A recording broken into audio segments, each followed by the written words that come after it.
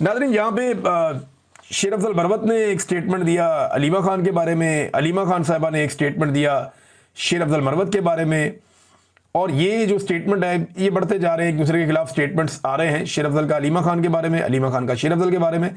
लेकिन इसमें एक स्टेटमेंट आ गया बीच में अदील हबीब साहब का। अदील हबीब साहब जो हैं वो जर्नलिस्ट हैं और सियासत.pk को ओन करते हैं। ये पाकिस्तान से बाहर मौजूद हैं और अमेरिका में या कनाडा में है ग़ालिबन आजकल। और इन्होंने एक बात बताई शेर अफजल मरवत के बारे में, मैं हैरान हो गया सुन के।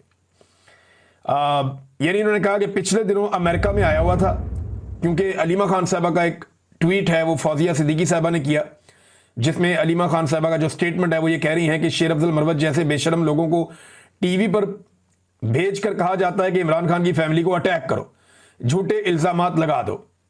ये जनाब अलीमा खान, शेर अफजल मरवत साहब ये कहते हैं कि अलीमा खान एस्टेब्लिशमेंट की बंदी है और एस्टेब्लिशमेंट ने उन्हें लॉन्च किया हुआ और वो एस्टेब्लिशमेंट से फायदे उठा रही है।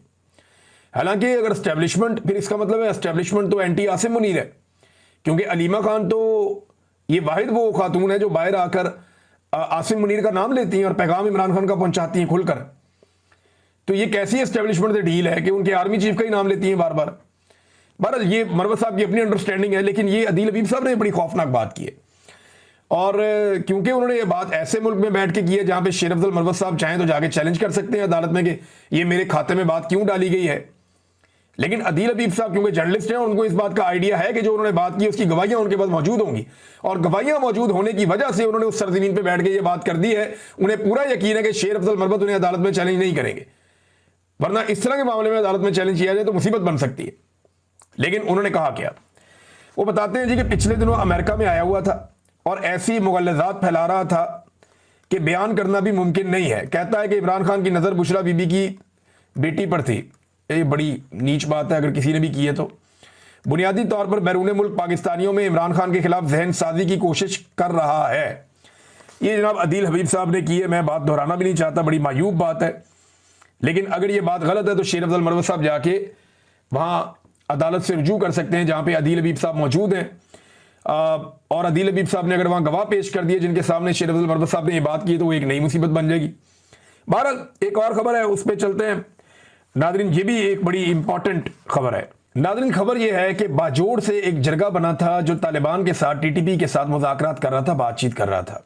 अभी तक ये किसी नतीजे पर नहीं पहुंचे, लेकिन ये अमन लाने के लिए इन्होंने बातचीत जारी रखी हुई है और 7वां राउंड इनका मुकम्मल हो गया। ये इतनी मेहनत कर रहे हैं, इनमें बहुत सारे बुजुर्ग लोग भी मौजूद हैं, उलमा इकराम भी मौजूद हैं, इलाके की बासर कुछ शख्सियात हैं कहा जाता है, वो लोग भी हैं, और ये कोशिश कर रहे हैं कि किसी तरह तालिबान के साथ इनके मामला तय पा जाएं और ये खित्ता अमन का गहवारा बन जाए।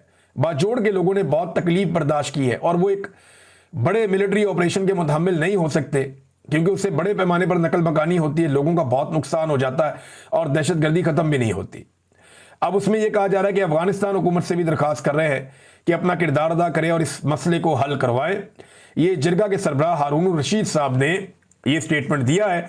मेरी दुआ है कि अमन के लिए जो भी मुज़ाकरात हैं वो कामयाब हों और पाकिस्तान जो है वो मज़ीद लड़ाई से महफूज रहे।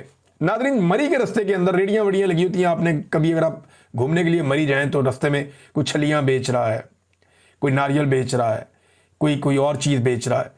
इन रेडी वालों को भी बाउंड कर दिया गया है कि आपने अपनी रेडी अगर यहाँ पे लगा के रखनी है, वरना रेडी उठा के फेंक देंगे।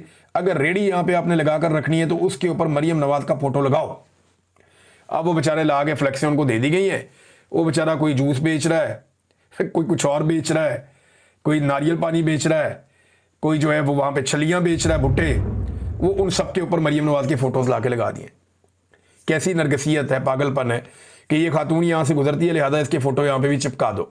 लोग यहाँ पे सेहत के लिए आते हैं पंजाब से, यहाँ पे भी शक्ल दिखाओ।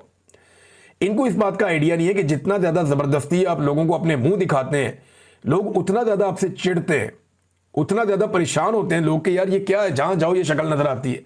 फॉर गॉड से कि इस नरगसियत से, इस पागलपन से पंजाब को छुटकारा दिलवाया जाए। जिन लोगों ने लाकर ये तोहफे मुसल्लत किए हैं वो ज़रा एक दफ़ा बैठकर ठंडे दिल से सोचें कि ये आपने किया क्या कौम के साथ। भी क्या ऐसा गुनाह कर दिया था पंजाब के शहरियों ने, या क्या ऐसा गुनाह कर दिया था पाकिस्तानियों ने कि आपने लाकर ये मुसल्लत कर दिए ज़हनी मरीज, जिनको अपनी शक्ल के अलावा अपनी शक्ल से बाहर दिखाई कुछ नहीं देता। एक पागलपन है जो चल रहा है, जिसे मुसल्लत किया गया है।